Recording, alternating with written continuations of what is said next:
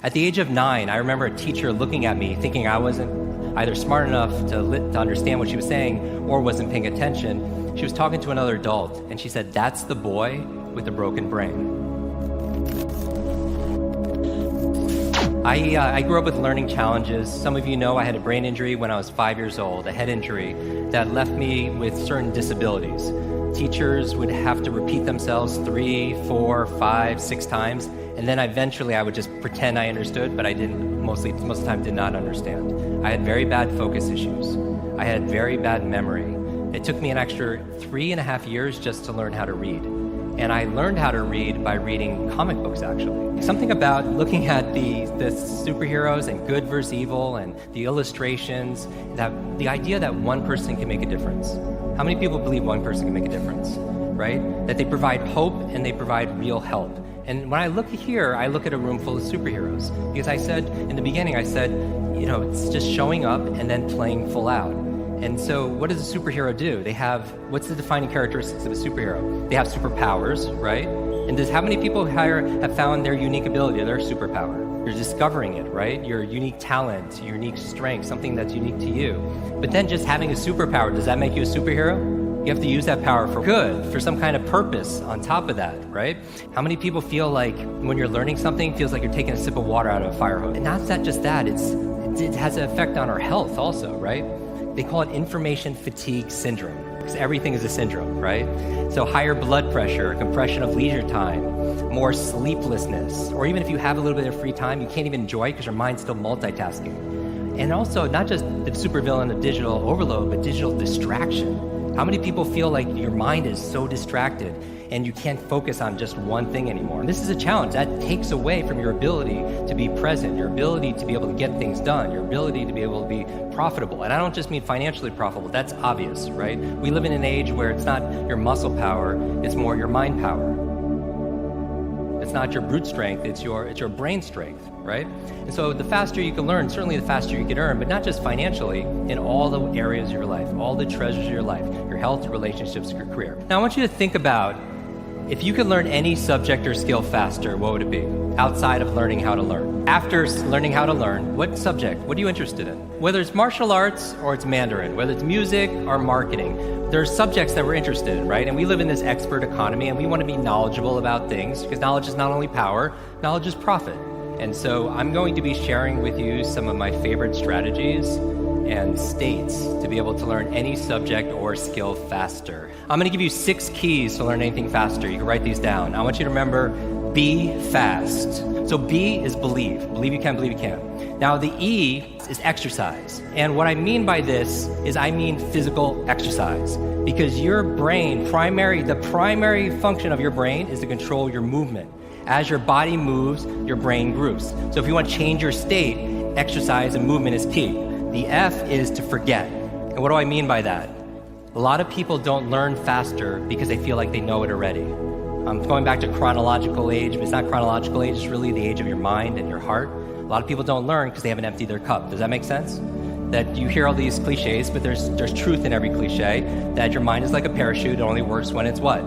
It's open. So this is the beginner's mind, right? So you want to forget about anything else than what you're learning here, temporarily. The A in FAST stands for active. Learning is not a spectator sport. Learning is not a spectator sport. The human brain and the mind doesn't learn consuming information. It learns through creating it. Your mind doesn't learn based on consumption. It learns through creation or co-creation in this state. Does that make sense? So you have to be active. You take notes. You ask questions. You participate in it. The S in FAST stands for state. So this is emphasizing the state. That all learning is state dependent. I never want to learn in a bored state, right? Most people, like when they read, they're in a bored state. How many people, you read a page in a book, get to the end, just forget what you just read? And you go back and you reread it, and you still don't know what you just read because you're in that bored state. How many people use reading as a sedative? Like you have this token book that's been inside of your bed for an embarrassingly long period of time. But if your state that you have associated to this activity called reading is falling asleep or a 0, anything times 0 is what? Is 0. And people wonder why they don't remember what they read. So control your state. Finally, the T in FAST and B FAST stands for teach. I recommend that throughout this entire gathering and beyond, you learn with the intention of teaching it to somebody else. So the B stands for what? Believe. Believe you can, believe you can, you're right. The E stands for what? Exercise. As your body moves, your brain grooves. The F stands for what? Forget. Beginner's mind. Your mind's like a parachute, only works when it's open. The A stands for what? Active. Because learning is not a spectator sport. The S stands for what? State. All learning is state dependent. And finally, the T is what? Teach. Because when you teach something, you get to learn it twice. There is no such thing as a good or bad memory. There's just a trained memory and an untrained memory. Now, here's the thing. I grew up with these learning challenges. I had all these difficulties all through school, all through elementary, middle school, junior high, high school. I had all of these challenges. At the age of 9, I remember a teacher looking at me thinking I wasn't either smart enough to understand what she was saying or wasn't paying attention. She was talking to another adult, and she said, "That's the boy with the broken brain." I was like, at 9 years old, right? And so those kind of identity issues, those beliefs, does that make a difference? Yes, right? And a lot of people believe that they can't do certain things. They could just never remember names. So I could teach them a strategy, but if the belief is not changed, what happens? It's not, because it becomes self-fulfilling. I remember running a marathon, and preparing for it, I read a chapter of one of the books, and it was on the psychology of running a marathon, right? The mental part.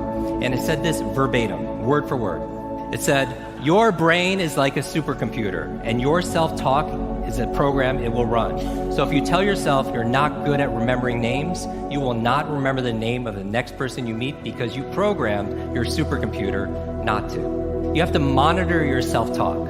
If you go around tell people, oh, I have a horrible memory, I'm not smart enough, I'm getting too old, fill in the blank. First of all, if you fight for your limitations, you get to keep them. A lot of people are like, oh, I'm so forgetful, I'm so busy, which that whole busyness really bothers me. Like where people, how are you doing? I'm just so crazy, so stressed, so busy. It becomes like a badge of honor that people wear all the time. And then what do you start reinforcing? Being busy, right? But here, going back to this, your self-talk is the program that will run. So you want to be mindful, right? And stand guard to your mind, because your mind is always eavesdropping on your self-talk. Now, it's been shown in science, the research, by playing more actually creates neurogenesis and neuroplasticity. This would be a great mental exercise. Let's go around and just raise your hand, and let's give a group number, one number we create together as a group for all of us to try to memorize. Let's see how we go about remembering things now. Let's raise your hand, and just let's come up with, let's try to remember a string of numbers, maybe 10 or 20 numbers. And we'll do the best we can. You can write them down, and then let's see if we can memorize them together. Let's do them at 2 at a time. So instead of saying 1, 7, just say 17, and then just 2-digit number.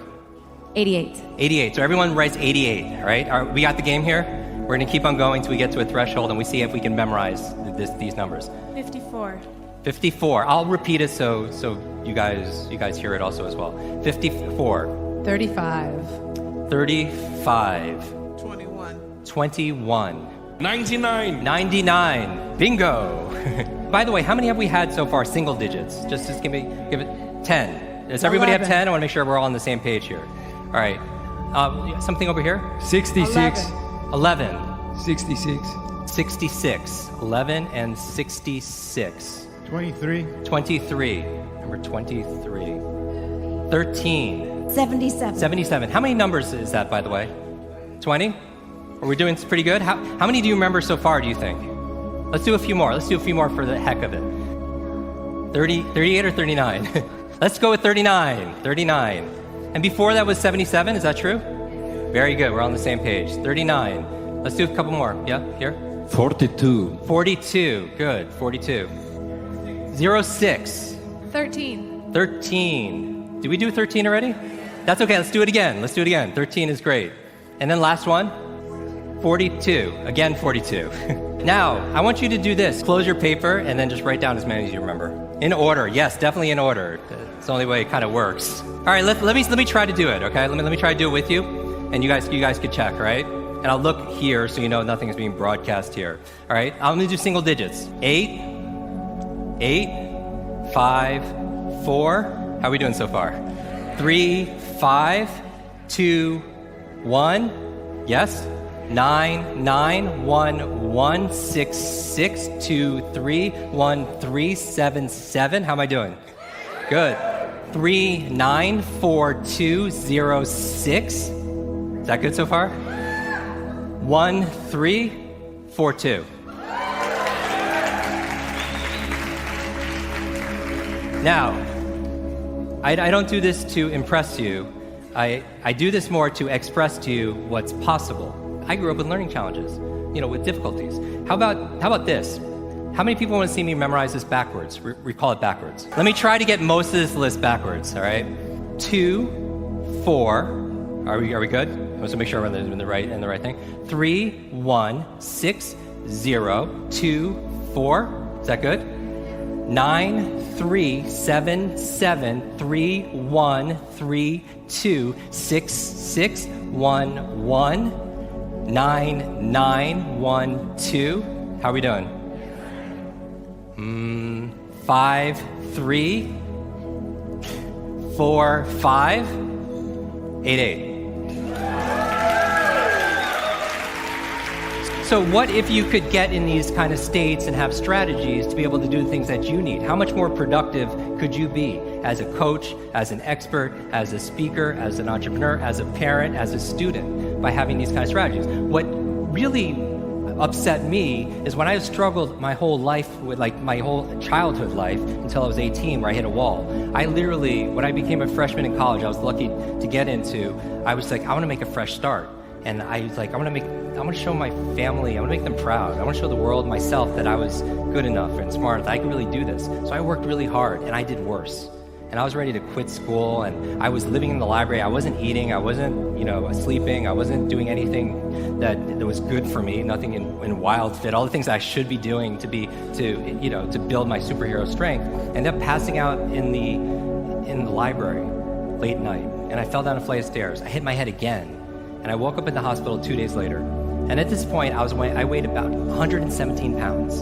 I was wasted away. I thought I died. Maybe part of me wished that I had. And also, when I got out, I was like, there has to be something better for me here. What do I do? And a nurse came in at that exact moment and brought a mug of tea. And on the tea was a picture of a genius, a true genius, the opposite of what I felt I was at the time. It was Albert Einstein. And it said this quote that you've all heard in some iteration: the same level of thinking that's created the problem won't solve the problem. The same level of thinking that's created the problem won't solve the problem. I was thinking, what's my problem? I'm a really slow learner. How do I think differently? Maybe I can learn how to learn, right? And I was just I picked up a course bulletin to look at classes, and they're all classes at school on what to learn. Math, history, science, Spanish, right? All important subjects, but what to learn. How many classes were on how to learn? No classes. Classes on, where's your class on creativity and problem solving and thinking, right? Where's your classes on reading faster and having better focus and concentration or improving your memory? I always thought it should have been the 4th R in school. They teach you 3 R's: reading, writing, and what? Arithmetic. What about remembering? What about recall? What about retention? Because Socrates says there is no learning without remembering. There is no learning without remembering. How many people here have a number you call all the time, but honestly, if you don't have your phone on or with you or the battery's dead, you honestly do not know that number? You call it every single day almost, or text it or whatever. And so the challenge here is this. The 2 supervillains that we're talking about is digital overload. Too much information, too little time. The amount of information is doubling at dizzying speed, but how we learn it, how we remember it, has that changed at all? If anything, there's been a decline. The amount of information is doubling like this. Your learning abilities, in terms of your reading, memory, everything's flatline. That gap creates the stress that you feel on an ongoing basis, right? How do you catch up? How do you keep up? How do you get ahead, underneath that velocity, right, and that acceleration? The other thing that I talk about supervillains, not just digital overload, is digital distraction. Digital distraction, right? I'll tell you the worst habit, and you're gonna hate me for saying this, the first hour of the day is touching your phone. It's the worst thing you could do, because you have that addiction to it. And I'll tell you the reason why you don't want to do it. I'll give you 2 reasons. The reason why you don't do it is when you wake up, talking about brainwave states, we're talking about superhero states, your brain cycles through different brainwaves. Beta is when you're most awake. You're in beta, most of you right now. Delta is when you're asleep. Hopefully nobody's in delta right now. Theta is right above delta. That's the state of creativity we talked about, like when you're in the shower, right? You're so relaxed, almost in and out of sleep. You're so creative, right? You're very inspired. In between theta and beta, when you're most awake, is a state called alpha. It's a state you go in when you meditate. States you go into when you do deep breathing. State you're also in when you watch television.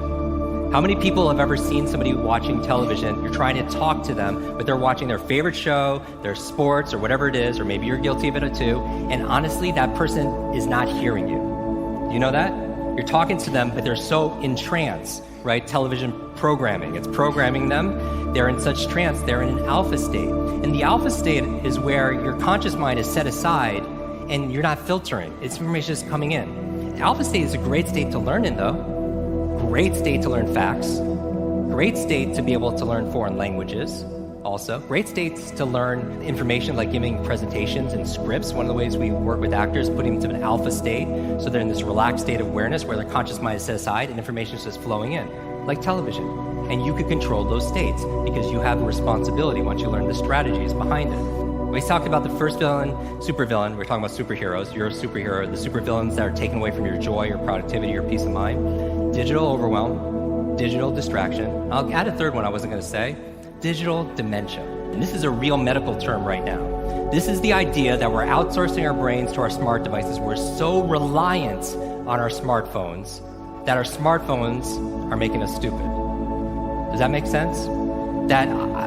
It's convenient. I don't want to memorize 500 phone numbers, right? Nobody wants to do that. But we've lost the ability to memorize one. Like if I give you a 7-digit number now, how difficult? Would you find that kind of difficult to memorize, like a phone number that you used to do years ago? Yes or yes? If I take my arm and I put it into a sling for 6 months, does it stay the same? Would it even grow stronger? It would what? It would atrophy and grow weaker. Same thing with your mental muscles.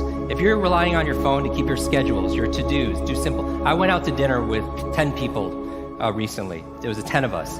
And 3 people at the end pulled out their phones to divide the bill by 10, right? And we've lost that ability to use we've lost the ability to be able to do certain things. And so that's where digital dementia is. I was talking to Dr. Daniel Amen, who wrote Change Your Brain, Change Your Life, right?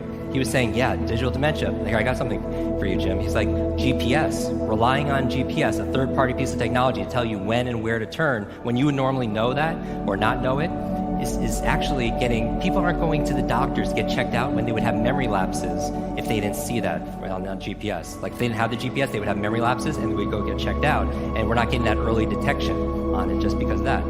So how do you keep your brain active? So smart devices could be extremely convenient, but they can be crippling also. So it could be a balance. I think children, going back to childhood, you're the fastest learners, right? And you could access that at any time because you have an inner what? Child. You do have an inner child. How many people believe they have an inner child?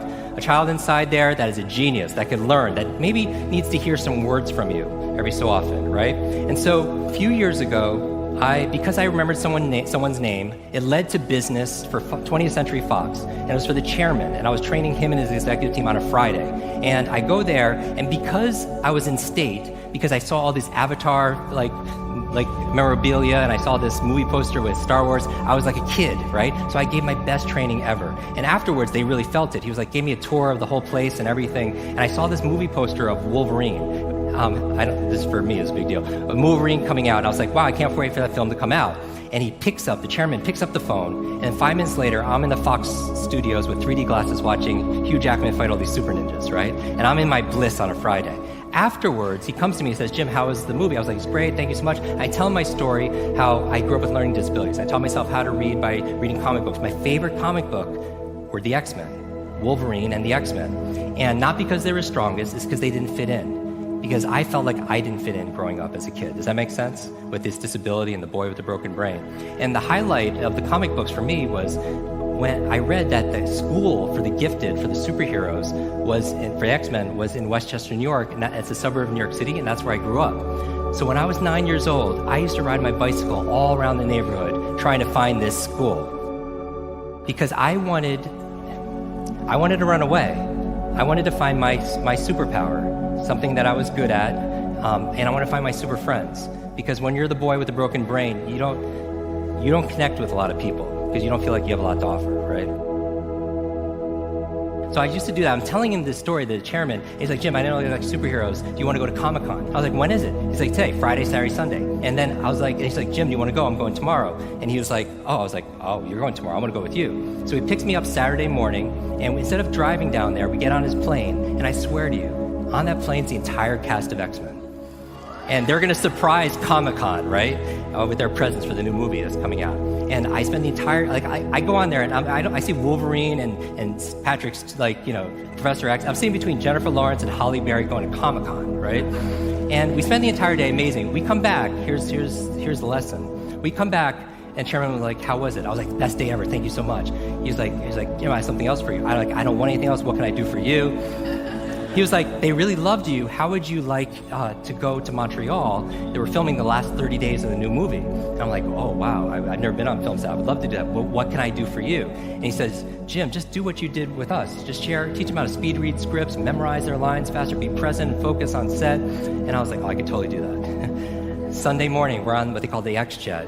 And we're going to Montreal. And I'm brain training these amazing individuals that inspired me, like, growing up, right? And I got to see, like, on set, it was actually taking place at the school. And I got to see my real-life heroes come to life in front of me as a 9-year-old boy. Now, when I got home, there was a package waiting. I opened it up, and there's this photograph. There's a photograph of me and the entire cast of X-Men. And even better than Halle Berry and Jennifer Lawrence and everything that's on there was the note from the chairman. It said this, Jim, thank you so much for sharing your superpowers with all of us. I know you've been looking for your superhero school since you were a kid. Here's your class photo.